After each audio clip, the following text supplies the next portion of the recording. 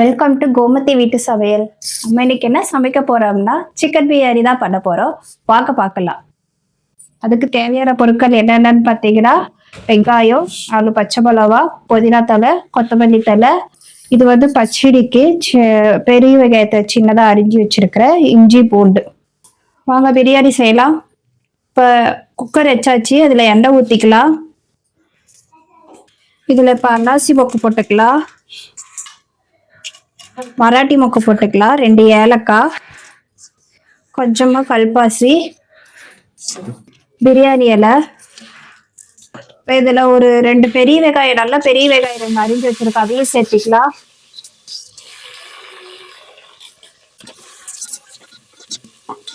இதில் ஒரு 3 பச்சை மிளகா அரிஞ்சு வச்சிருக்கிறேன், அதையும் சேர்த்தியே போட்டுக்கலாம்.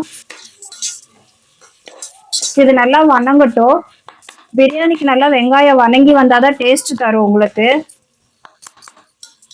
இப்ப இதுல ஒரு 2 கொத்து கருவேப்பிலையை சேர்த்திக்கலாம்.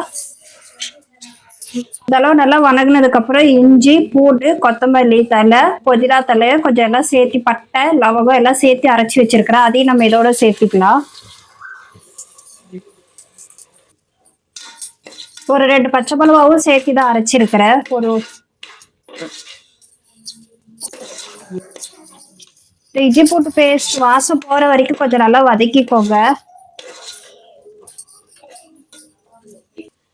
இப்ப பாத்தீங்கன்னா ஒரு சின்ன மீடியம் சைஸ் தக்காளி பாத்தீங்கன்னா ஒரு 5 தக்காளி அரிஞ்சு வச்சிருக்கிறேன், அதையும் சேர்த்திக்கலாம்.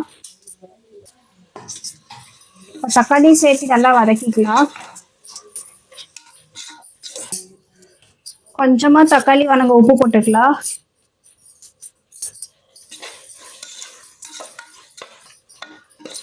நல்லா வணங்கி ஒரு பேஸ்ட் பதத்துக்கு வரட்டும். இப்ப நல்லா பேஸ்ட் மாதிரி ஆயிடுச்சு பாருங்க. தக்காளி நல்லா வெந்து இப்ப இந்த ஸ்டேஜ்ல நம்ம தேவையான அளவு காரத்துக்கு ஏற்ப மிளகாத்தூள் சேர்த்திக்கலாம். கொஞ்சமா கறி மசாலா தூள் சேர்த்திக்கலாம். ஒரு 1/2 ஸ்பூன் அளவுக்கு கறி மசாலா தூள்.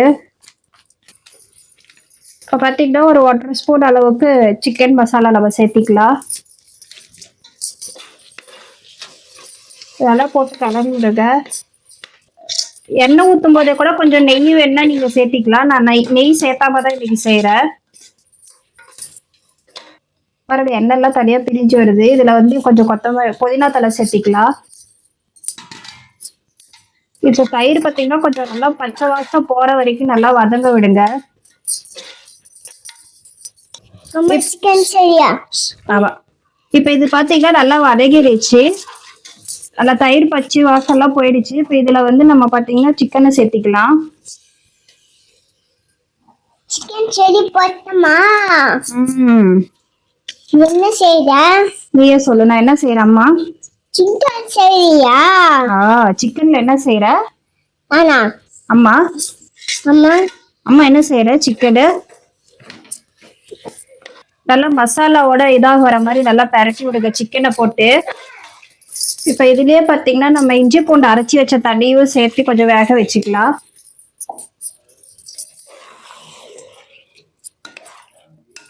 இது பாத்தீங்கன்னா கொஞ்ச நேரம் நல்லா வேகட்டும். வெந்து நல்லா சுண்டி வரட்டும் உங்களுக்கு. நம்ம அரிசி சேர்த்திக்கலாம் ஃப்ரெண்ட்ஸ்.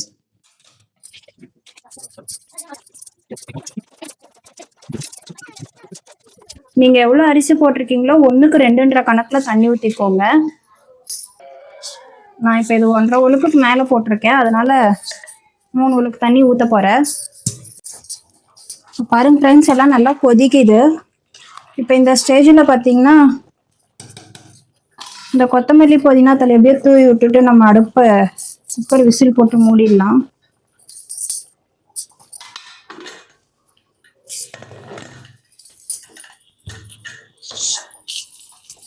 இது அடுப்பு பார்த்தீங்கன்னா ரொம்ப ஹை ஃப்ளேம்ல வைக்க வேணாம், ஏன்னா கொஞ்சம் மீடியம் ஃப்ளேம்ல வச்சுக்கோங்க, இல்லைன்னா அடி பிடிச்சிக்க போகுது.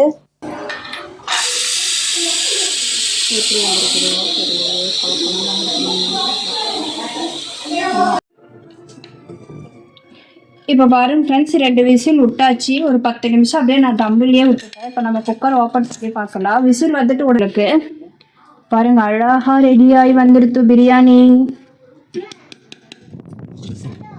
சொன்ன மாதிரி